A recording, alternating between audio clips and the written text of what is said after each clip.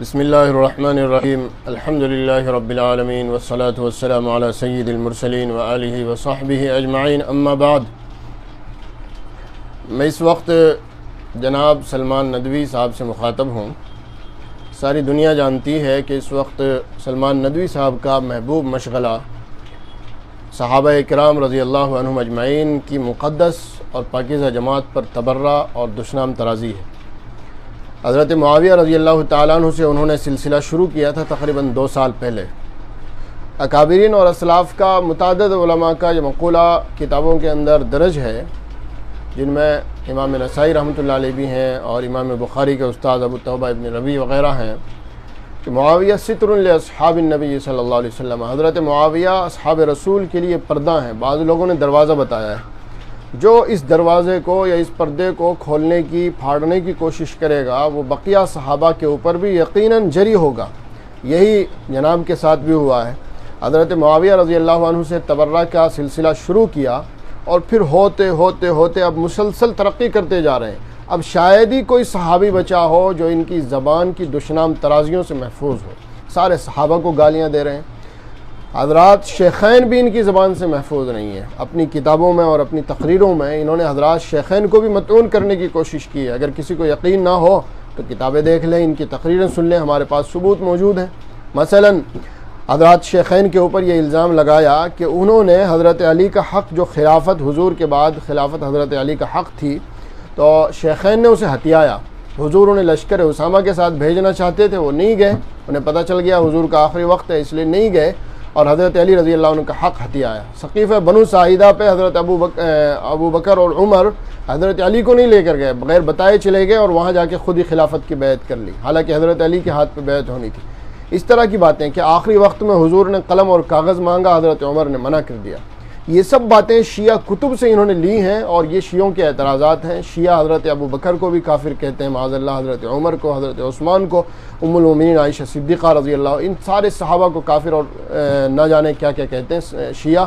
تو وہی شیعوں کے چبائے ہوئے لقمے سلمان ندوی نے اٹھائے اور شیعوں کی کتابوں سے سرقہ کر کے اہل سنت کے اوپر رعب جما رہے ہیں۔ دیکھو میرے پاس دلیلیں ہیں، دیکھو میرے پاس کتابیں ہیں، دیکھو میں اتنا بڑا محقق اور محدث اور مفسر ہوں۔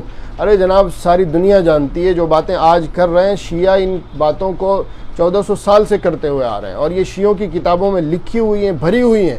اگر آپ کہیں آپ نے جو بکواسات کی ہیں، الحمدللہ ہم شیعوں کی کتابوں سے وہ ساری باتیں من و ان بالکل بعینی دکھا سکتے ہیں۔ آپ یہ رعب کسی اور کے اوپر جمائیں۔ شیعوں کی کتب سے حوالے نقل کرنے کے بعد، شیعوں کی کتب سے سرقہ کرنے کے بعد اہل سنت پر رعب جما رہے ہیں، تو صحابہ کرام پر تبرہ کرتے جا رہے ہیں۔ پچھلے سال یہ سلسلہ جب آپ کا چل رہا تھا تو آپ کی زبان روکنے کے لیے بہت سارے لوگوں نے سمجھانے کی کوشش کی، بڑے بڑے لوگوں نے سمجھایا، لیکن آپ نہیں مانے، اور بلکہ ماننے کے بجائے آپ نے مزید جو سمجھانے والے تھے انہیں اپنا دشمن سمجھ کے انہیں کے خلاف مغالطات بکنے شروع کر دی۔ نتیجہ یہ ہوا آپ کو ذلیل کر کے دھکے مار کر ندوۃ العلماء جیسے اہل سنت کے ادارے سے باہر کر دیا گیا۔ اب آپ کے پاس کوئی راستہ نہیں بچا۔ آپ اپنے 10 بائی 10 کے کمرے میں بیٹھ کر آپ نے کیمرے کے سامنے پھر سے مغالطات کا سلسلہ شروع کر دیا۔ جب آپ کی زبان نہیں رکی تو ہم نے گزشتہ سال آپ کا چیلنج قبول کیا تھا مناظرے کا، تحریر کے ذریعے بھی، تقریر کے ذریعے بھی۔ جب چیلنج قبول کیا گیا، چاہیے تو یہ تھا آپ مناظرہ کرتے، لیکن آپ نے فرار اختیار کرنے میں ہی عافیت سمجھی اور آپ میدان چھوڑ کر چلے گئے۔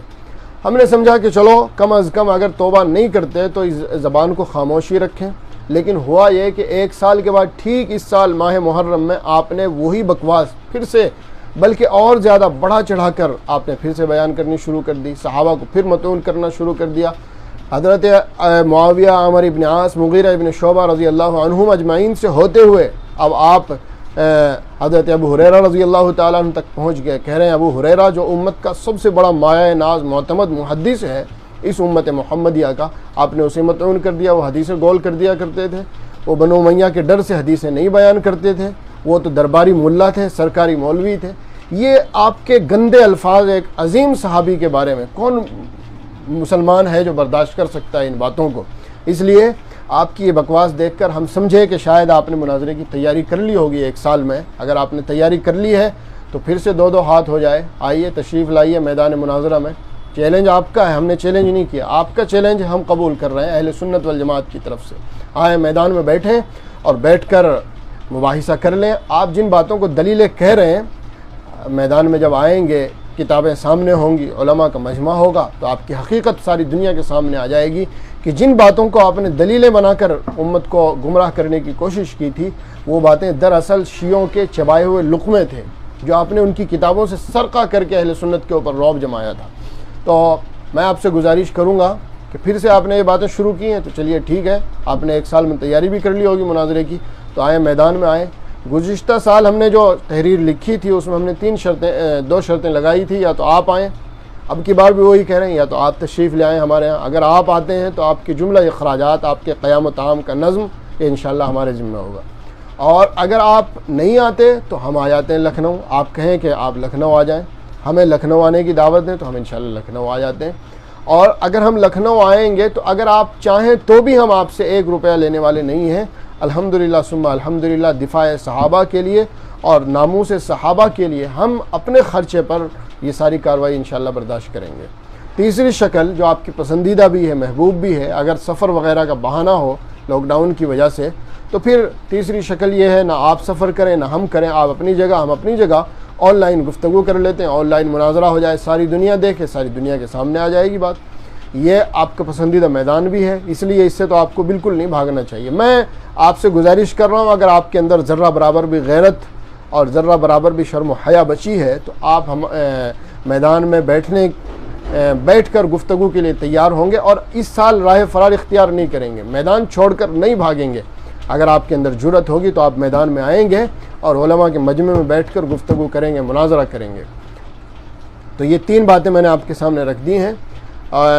گزشتہ سال مناظرے سے بچنے کے لیے آپ نے اپنے حواریین کے ذریعے ایک بات پھیلائی تھی کہ میں بڑا ہوں، میں نے بڑوں کو چیلنج کیا، میں اتنا بڑا ہوں، میرے سے بڑا تو کوئی ہے ہی نہیں، میں تو جبرائیل امین سے بھی بڑا ہوں معاذ اللہ۔ یہ سب باتیں آپ نے پھیلائی تھی، لیکن میں آپ سے کہنا چاہتا ہوں، اب بھی اگر اتنی ذلت، اتنی رسوائی اور اہل سنت والجماعت، اہل حق کی طرف سے اتنا شرمسار اور ذلیل کیے جانے کے بعد اگر اب بھی آپ کے دل و دماغ میں کہیں اپنے بڑے پن کا یہ وسوسہ ہو، تو آپ لا حول پڑھ کے جو ہے اپنے اوپر دم کر لیا کریں، انشاءاللہ یہ وسوسہ نکل جائے گا، کیونکہ آپ کی حقیقت اور آپ کی ویلیو اور آپ کی اوقات اس وقت کتنی بچی ہے وہ ساری دنیا کے سامنے ہے۔ آج اہل سنت والجماعت کا کوئی چھوٹا سا مکتب اپنے بچوں کو قاعدہ پڑھانے کے لیے بھی آپ کو رکھنے کے لیے تیار نہیں ہے۔ آپ اتنے بڑے محدث اور محقق ہیں اہل سنت کی نظر میں، اس لیے آپ سے گزارش کریں گے تشریف لائیں اور میدان میں بیٹھ کر مقابلہ کریں، اپنے دلائل کی روشنی میں ثابت کریں آپ جو بکواس اور جو حفوات آپ جو کر رہے ہیں۔ ہم اپنی تحریر لیٹر پیڈ کے ذریعے ہم نے جو لکھی ہے، یہ زبانی بھی میں گفتگو کر رہا ہوں، اور لیٹر پیڈ کے ذریعے بھی اپنے یہ چیلنج قبول کی اور یاد دہانی کی تحریر آپ کی خدمت میں بھیج رہے ہیں۔ یہ انشاءاللہ سوشل میڈیا کے ذریعے بھی آپ کو مل جائے گی، ای میل کے ذریعے بھی، اور رجسٹری ڈاک کے ذریعے بھی انشاءاللہ آپ کی خدمت میں بھیج دی جائے گی۔ امید ہے آپ پیچھے نہیں ہٹیں گے اور میدان میں آ کر مناظرے کے لیے تیار ہوں گے۔ والسلام علیکم ورحمۃ اللہ وبرکاتہ۔